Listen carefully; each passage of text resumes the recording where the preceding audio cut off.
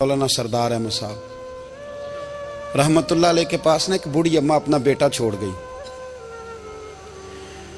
तो हजरत साहब ने कुछ 2, 4, 5 महीने रखा। तो बाद में उसकी अम्मा को बुला के कहा कि भाई तू बेवा है, बेटा तेरा यतीम है, मैं नहीं चाहता कि इसका वक्त ज़ाया हो। ये पढ़ने वाला कोई नहीं, सारे नहीं भाई पढ़ने वाले होते। अब यहाँ उलमा बैठे हैं, मैं बेअदब भी ना हो जाऊँ। कुछ पूरे 8 साल लगा के भी आ जाते हैं, सनद भी उनके पास होती है। नाराज ना हो जाना, ये तो सब अच्छे लोग हैं। सनद होती है पर पता पुता कोई नहीं होता।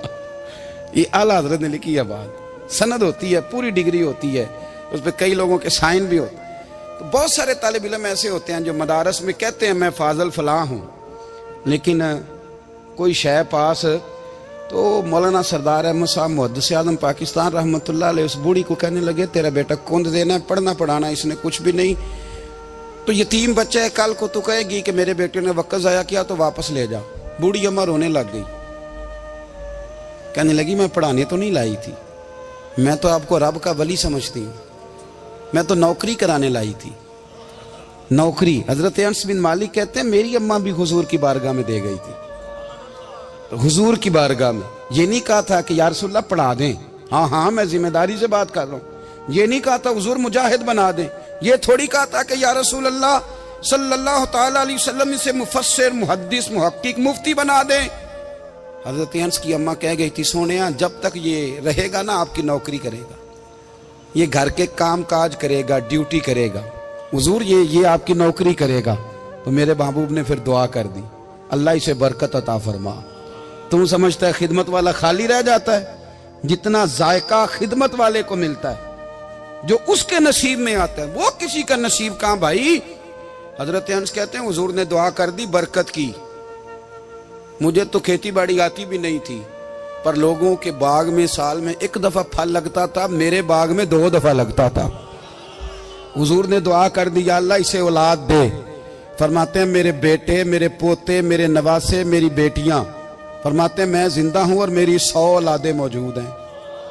परेशान हो गया 100 सुन के बच्चे 2 ही अच्छे, 100 औलादे मेरी मौजूद हैं। हजरत अनस बिन मौलाना सरदार अहमद साहब के पास ना छोड़ गई बच्चा, कहने लगी हजरत जी मैं को पढ़ाने के लिए थोड़ा छोड़ गई हूँ, मैं तो इसलिए छोड़ के गई हूँ कि आप मेहरबानी करें, खिदमत कराएं। तो हजरत जी कहने लगे कोई ऐसा काम ही नहीं, खिदमत वाला क्या कराऊं। कहने लगी पट्ठे पवा लिया करो जी। हूँ लड़ पेंदे ने, कहने ने बच्चे काम कर दें मदरसे का। हालांकि अब कहाँ बच्चे काम करते हैं, अब तो गुजर गया दौर, अब तो बच्चे काम कराते हैं। अब बच्चे भी नाराज हो रहे हैं, घूर घूर के देख रहे हैं। सही कह रहा हूँ आपको, बच्चे काम कराते हैं, बच्चे कहाँ काम करते। कहने लगी ये चारा डाले करेगा आपकी भैंसों को। तो हजरत ने उसको कहा कि बीबी चारा मेरी भैंसों को डालने के लिए मैंने बंदा रखा हुआ है, तो तू जा ले जा। कहने लगी हाथ बांध के हुजूर मेहरबानी करें रख ले, चारा डालेगा। और पुत्र तवज्जो से चारा डालना हजरत की भैंसों को। रोने लगी, हजरत ने रख लिया, महीने का खर्चा भी देते। शाम को ना वो सारा दिन काम करता, शाम को आके पैरों में भी बैठ जाता, हजरत जी लाएं तेल थोड़ा सा, पैर ना दबा दूं।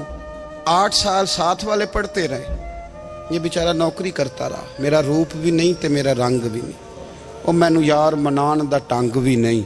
कभी कभी ना हजरत बिलाल हबशी फारग होते ना, तो नबी पाक की बारगाह में अर्ज करते हुजूर कोई काम तो नहीं, सारे हो गए, हुजूर जाऊं जरा, चले जाते।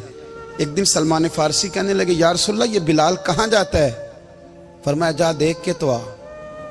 हजरत सलमान वापस आए तो आके रोने लगे, कहने लगे सोनिया जब यहाँ से जाता है ना तो जाके सैयदा फातिमा की चक्की पीसनी शुरू कर देते, बीबी साहबा के काम करने लगता है, घर में जाके असनैन की ड्यूटी करता है, वहां भी काम यहाँ भी काम। वो चारा डालता रहा, उसने चारा डाला। हजरत मुहद्दिस आज़म की भैंसों को दस्तारे फजीलत का वक्त आ गया, सारे पगड़ियां सजा के आ गए, आज दस्तार होगी। ये ना पीछे होके बैठ गया, चूंकि पढ़ा ही नहीं था तो दस्तार का है कि दस्तार तो उसकी जो पढ़ेगा, हमने तो पढ़ा ही नहीं, हमने तो यार पढ़ा, घर पढ़ा, ड्यूटी करी। हजरत मुहद्दिस आज़म रहमतुल्लाह अलैह के यहाँ जब ऐलान होने लगा ना कि अब दस्तार होगी, तो हजरत ने पहला ऐलान उसका फरमाया। तो मजा वाला बंदा कपड़े भी कदी कदी बदलता है ना, वो कहते जिस हाल में भी था मैं पलट के देखने लगा कि पढ़ा पढ़ाया तो है, कोई शय नहीं। तो ये माजरा क्या है, पीछे से उठ के आए तो कहते हैं बाकियों की दस्तार किसी आलिम ने की, किसी सूफी ने की, लेकिन ये भैंसों को चारा डालने वाला जब आया तो मुहद्दिस आदम ने फरमाया पगड़ी के बाल को कोई हाथ ना लगाए, ये सारी दस्तार मैंने करनी है। और फरमाते हैं हजरत बाल भी देते जाते थे और आंसू भी बहाते जाते थे, माथा भी चूमते थे और फरमाते थे दस्तार के बाद चला तो नहीं जाएगा यार, मुझे तो इबादत भी नहीं रह गई, मुझे तो चाबियों को भी नहीं पता कौन सी कहाँ रहती है, जाएगा तो नहीं तू? तो रो पड़ा, कहने लगा सोनिया जाए तो वो जिसके पल्ले कुछ है हो, आता जाता तो है कुछ नहीं, मुझे किसने रखना है, मैंने कहाँ जाना है, इधर कहाँ, तो इधर ही रहूंगा।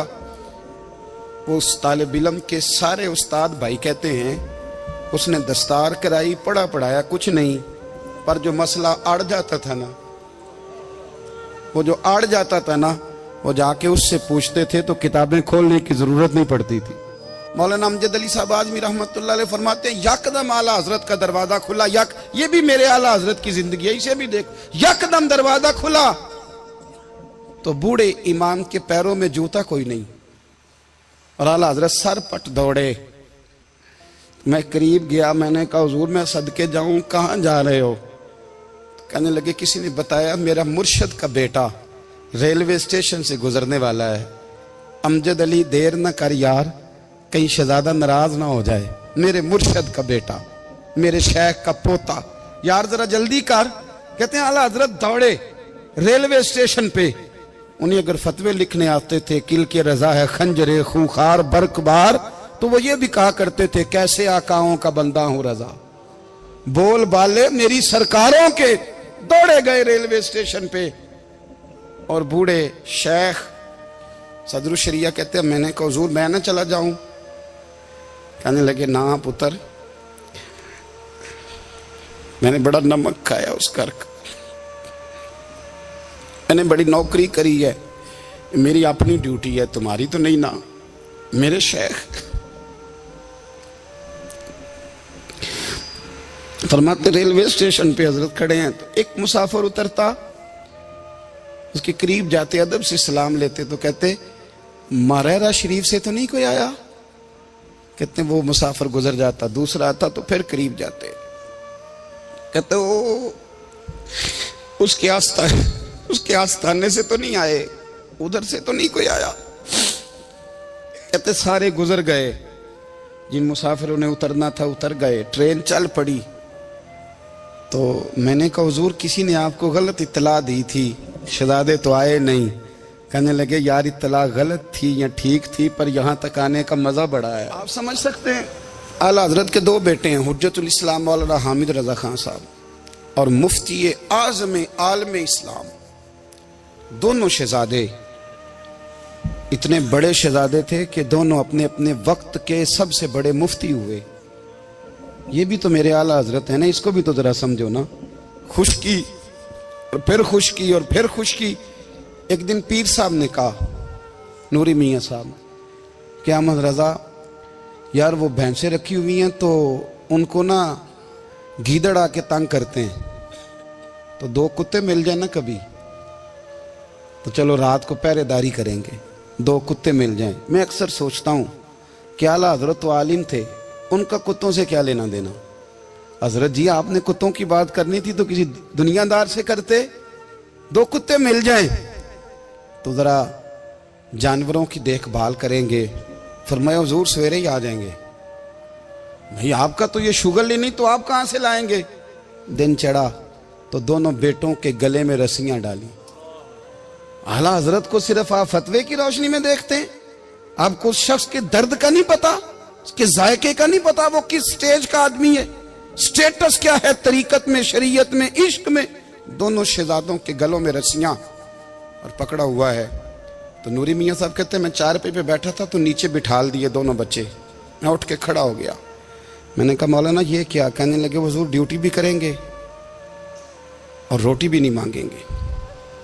जिन्हां तना विच इश्क न रचिया कुत्ते ना थी चंगे, मालक देकर राखी कर दे साबर भुखे नंगे। किधर गया ज़ौक़, किधर गया वो दर्द? और फिर जब बारी आई रसूलुल्लाह के प्यार की, जब बारी आई नबी पाक की मोहब्बत की, तो फिर फाजिल बरेलवी का कद अगर लिखने में कमाल है ना, तो महबूब के प्यार करने में भी कमाल है। उन्होंने ना सारी जिंदगी, यानी सारी जिंदगी ये कह के गुजार दी कि इश्क तेरे सदके जलने से छुटे सस्ते, जो आग बुझा देगी वो आग लगाई है। एक सैयद साहब थे, मकान बन रहा था आला हजरत का, तो सामने ना बिल्कुल लाइब्रेरी थी। तो जब मकान बन रहा होता है तो तब सारे मिस्त्री मजदूर अंदर ही होते हैं, तो सबका आना जाना था, सब लोग आते जाते थे बिला झिझक। तो वो सैयद साहब भी एक दिन आ गए, सामने लाइब्रेरी में मिले, फिर चले गए। कुछ दिनों के बाद घर मुकम्मल हो गया, अब औरतें भी आ गईं। तो शाह जी को पता नहीं था, वो पुराना ही माहौल समझ के ना, मौलाना जफरुद्दीन बिहारी कहते हैं पुराना ही माहौल समझ के तो अंदर आ गए। और जैसे ही अंदर दाखिल हुए सामने घर की औरतें देखी तो शाह जी माजरत माजरत माजरत करते परेशान हो गए। और फिर जब दोबारा पलटने लगे तो आला हजरत दौड़ के गए, हाथ चूमे, कहने लगे शाह जी आपको तो पता नहीं था, और आप मेहरबानी करें ये माजरत वाला लफ्ज वापस लें। ये मेरे घर की औरतें नहीं, ये तो सैयदों की बांदियां हैं, ये तो नौकरानियां हैं। तो आप मेहरबानी करें, ये अंदाज आपका जो है ये दुरुस्त नहीं, आप मेहरबानी फरमाएं अंदर आए। और फिर सारे खानदान को लेके पर्दे के पीछे खड़ा किया और कहने लगे शाह जी को गलती लग गई, उन्होंने हमसे माजरत की, अब हम सारे मिलके उनसे माजरत करेंगे, इसलिए कि ये रसूलुल्लाह का खानदान। यार थोड़ा बहुत दो चार लफ्ज जिस बंदे को आ जाए ना, दो चार लफ्ज, मैं जाती तौर पे ना आपको पता है, मैं तो नात खानों से तो हमारी बनती नहीं, बहुत सारे नात खान तो हमें वैसे ही नहीं। मैं कहता हूँ नात आने दे जाने का नाम नहीं, नात तो कलाम का नाम है। किसी बुजुर्ग की बात पढ़ो, कुछ मतलब उसमें कुछ ज़ौक़ हो, कुछ दर्द हो, ये क्या बात हुई जो आजकल काम शुरू है। लेकिन आपको पता है हम नात खां की भी इज्जत करते हैं। मैं जिस नात खां से नात सुनता हूँ, मैं दिल की कल्ब की गहराई से उसका हया करता हूँ, मैं इकराम करता हूँ, अल्लाह जानता, मैं एहसास देता हूँ, इसलिए कि मैं समझता हूँ ये जब बोलता है ना तो मुझे मदीने वाले की याद आती है, ये नबी करीम की याद दिलाता है, तो इसका एहसास है। आला हजरत फाजिल बरेलवी रहमतुल्लाह ताला अलैह ने नबी करीम से मोहब्बत की और हुजूर सैयद आलम सल्लल्लाहु अलैहि वसल्लम से ताल्लुक़ रखने वाली हर शय से मोहब्बत की। उन्होंने अपने ज़ौक़ को कभी फीका नहीं पड़ने दिया। सारी ज़िंदगी रसूलुल्लाह सल्लल्लाहु अलैहि वसल्लम का प्यार। थोड़े दो चार लफ्ज़ मेरी तरह किसी शख्स को आ जाएं तो वो अदब अदाब के दायरों से निकल जाता है। वो हर चीज़ को किलो काल के जायके में रखता है। इसलिए मुल्ला रूमी फरमाया करते थे, सेठ आदमी हो ना, जेब में पैसे हो तो उसका पीर कोई नहीं होता। अगर कोई ओहदा मिल जाए, बंदा किसी दर्जे पे पहुंच जाए तो उस बंदे का भी मुर्शद है, और अगर चार लफ्ज़ पढ़ जाए तो अक्सर मेरी तरह के बंदे खलीफे होते हैं, मुरीद नहीं होते। नाराज तो नहीं हो गए आप लोग? मेरी तरह के लोग ना खलीफे होते हैं, बताते हैं 14 जगह का खलीफा हूं तो सवाल ये है कि गुलाम किसका है? मेरी खिलाफतें। ओ खुदा के बंदे, गुलामी असल चीज है। आला हजरत फाजिल बरेलवी रहमतुल्लाह ताला अलैह ना लोगों से पूछते, जब कोई मदीने से आता, मक्के से आता, हज करके आता तो पूछते मदीने गए थे? सदरुल शरिया रहमतुल्लाह अलैह फरमाते हैं, किसी ने कान में आके कहा हुजूर वो मोची हज करके आया। पक्की बात है हुजूर? हाँ। फरमाया चलो चलें। हजरत जी वो लिखना नहीं, तो मैं आके देखते हैं। हजरत मेहमान, ओए आके देखते हैं। कहते दौड़ने लगे, वो जूते गांठ रहा था। जाके पूछा हज करके आए हो? कहा हाँ, मदीना शरीफ गए थे। वो जिस बंदे के पास लोग तारीखें लेने जाएं तो टाइम ना मिले, भाई आज मदीने गए थे? कहने लगा जी बड़ा करम किया सरकार ने, मैं तो 1.5 महीना रह के आया हूं। कहते हैं जुब्बा कहीं, पगड़ी कहीं, कलम कहीं, शागिर्द कहीं, मुरीद कहीं, और अंदर नहीं, हुजरे के अंदर छुप के किसी की तादीम नहीं, चौक में मोची जूते गांठने वाला दुनिया देख रही है। आला हजरत झुके और मोची के पैर चूमने शुरू कर दिए। लोग पकड़ दें, हुजूर ये क्या? वो भी पैर करने लगे, पीछे हट जाओ। ये वो कदम है जो मेरे मुस्तफा करीम के दरे दौलत से होके आए। हरम की जमीन और कदम रख के चलना, अरे सर का मौका है वो जाने वाले। ये जायका, ये दर्द, तो आला हजरत ने ना ज़ौक़ वाली जिंदगी गुजारी, अदब वाली जिंदगी गुजारी, प्रेम वाला वक्त गुजारा, इश्क वाला वक्त गुजारा। हजरत बिलाल हबशी कभी सिपा सालार बने थे किसी जंग में, किसी सूबे के गवर्नर बने हो? बोलो तो सही यार। उनका तारुफ क्या था? नबी करीम के गुलाम। हुजूर के ना जो ज़ाती मामलात थे ना, 20 अंसारी नौजवान थे जो हर वक्त नबी पाक के पास खड़े रहते थे कि हुजूर को हुक्म करें। 20 और 34 से लेकर 40 तक गुलाम हर वक्त हुजूर की बारगाह में रहते। हजरत बिलाल हुजूर के ज़ाती मामलात की खिदमत करते थे। कोई ऐसी वो जो तबलीग की या दावत की या जंग की या जिहाद की कोई ड्यूटी नहीं वो करते थे, ज़ाती खिदमत सरकार की। हजरत उमर फारूक वो शख्स हैं कि जिन्होंने कभी किसी बंदे को खातर में नहीं लाए वो, लेकिन जब हजरत बिलाल आते थे ना तो जनाब उमर उठ के खड़े होते थे, कुर्सी छोड़ते थे और फिर एक नारा लगाते थे, कहते थे या बिलाल अंता सैयदुना, बिलाल तू हमारा सरदार है यार, तू हमारा। यानी इश्क का ज़ौक पूरा करना उन्हें भी आता था। इसलिए मेरा मशवरा है, मेरी राय है, और जो मेरा हुक्म मानने वाले हैं उनके लिए मेरा हुक्म है कि ज़ौक ना कभी भी ख़राब करना, कभी भी ना ज़ौक ना ख़राब करना, अपना लुत्फ़। मैंने कई दफ़ा, मैं पहली दफ़ा मदीना शरीफ हाज़िर हुआ तो एक बाबा जी मेरे आगे आगे थे, तो उनको ना धक्के मार रहा था। वो सामने खड़े होते हैं ना, अल्लाह खैर फरमाए, अपनी अपनी ड्यूटियाँ ना, उनकी भी एक ड्यूटी है ना जी। तो वो धक्के मार रहा था तो बाबा उसे कह रहा था तेरी खैर होवे पहरेदारा, रोजे दी जाली चुम लैन दे। उन्हें फिर धक्का मारिया तो फिर उन्हें कहता तेरी खैर होवे पहरेदारा। मैंने, वो बिल्कुल अनपढ़ बाबा जी थे पर मुझे उन्होंने बहुत बड़ी बात समझा दी, मैंने उनसे बड़ा सीखा, मिंबर पे जिक्र कर रहा हूँ। वो तीसरी दफा फिर धक्का मारा, तेरी खैर होवे पहरेदारा, रोजे दी जाली। तो बाबा जी बाहर निकल आए तो मैं भी पीछे निकल आया। तो मैंने कहा बाबा जी यहाँ कुछ इन्होंने बांग्लादेशी और हिंदुस्तानी भी रखे हुए हैं, पर ये तो अरबी था खालस। ਉਹਨੂੰ ਕਦੋਂ ਤੁਹਾਡੀ भी समझ ਆਉਂਦੀ ਸੀ? ਤੁਸੀਂ ਪੰਜਾਬੀ ਦਾ ਸ਼ੇਰ ਸੁਣਾਈ ਜਾ ਰਹੇ ਹੋ।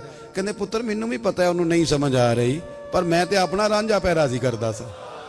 ਮੈਨੂੰ ਪਤਾ ਹੈ ਉਹਨੂੰ ਕਾ ਉਹ ਯਾਰ ਅਸੀਂ ਰਾਂਝਾ ਵੀ ਤੇ ਰਾਜ਼ੀ करना है कि नहीं, कि सारी जिंदगी कीलो काल के झगड़े में पड़े रहना है। ऐ इश्क तेरे सदके जलने से छुटे सस्ते, जो आग बुझा देगी वो।